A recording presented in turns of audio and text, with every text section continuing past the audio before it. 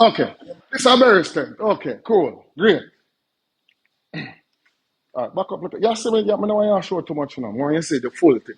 So this is Barry's tent. So Barry is dropped off and is escorted via this route here to his tent, which is tent number 2, right here. Right up, right, bold baby face or face or baby face.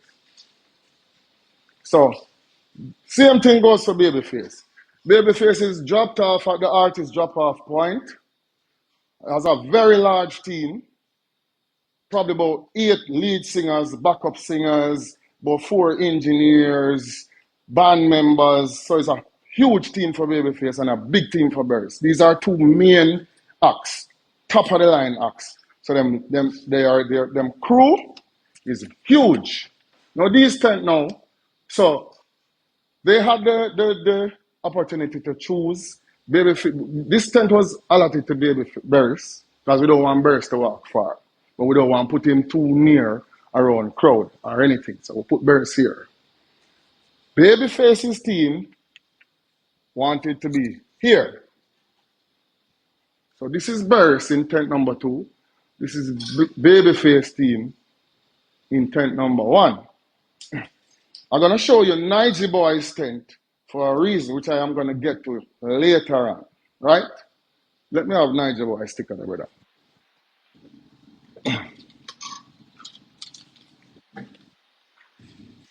This is Nige Boy. A Nige Boy or a Niggy Boy? All respect. Nige Boy. Nige Boy tent. Right? So other artists here, Luciana is around here somewhere, and Norrisman is around here somewhere. The reason why I'm focusing on Burris, Babyface, and Nige Boy, because after Nige Boy performed, there was Burris, and after Burris performed, there was Babyface.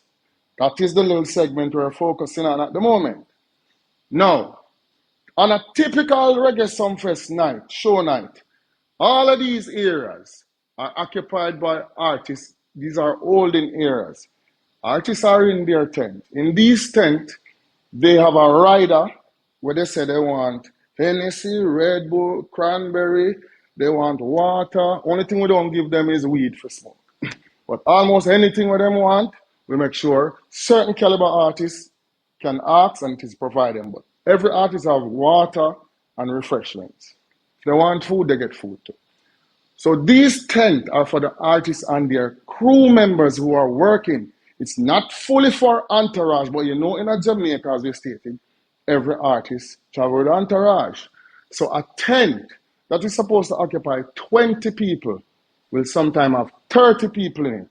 As long as the artists don't mind and they don't get in the way of other patrons or other guests, we facilitate it, right? So here's the problem.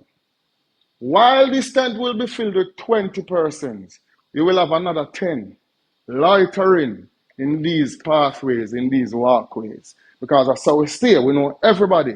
So we chill with the artist a little bit. It's another half hour before we go up on stage. I'm going to walk and I see John Tom and me and John Thompson up a reason. You understand me? So that's how we stay. We are Jamaica. Nothing wrong with that. It's all love. We know each other, so it's all love. And the vibes backstage. Great.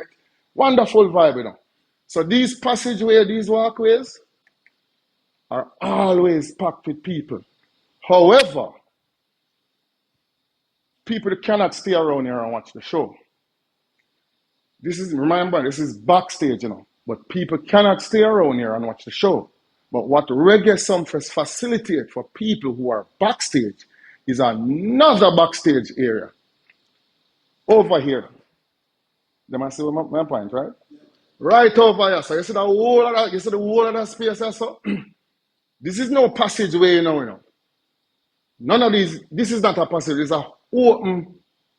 This is actually another venue where probably can hold 400 or 500 people, right?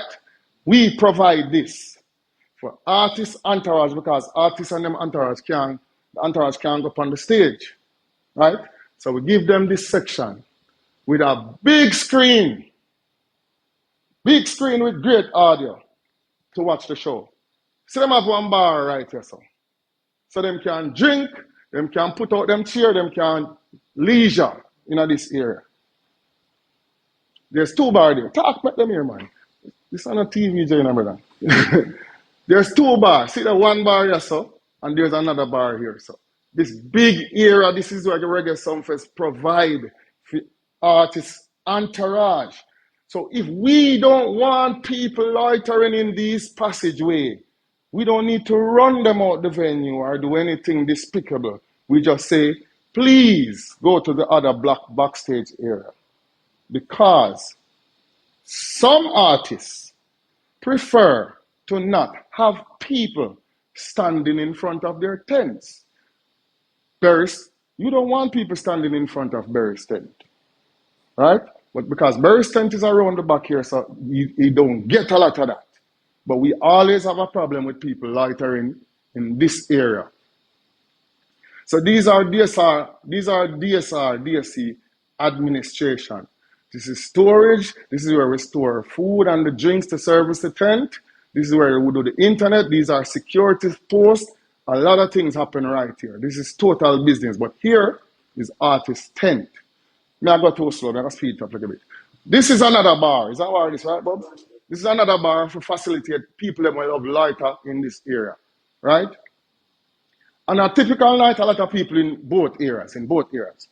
On this Saturday night, however, we understood a security risk. For Babyface as a very big security detail. They outlined that in their contract.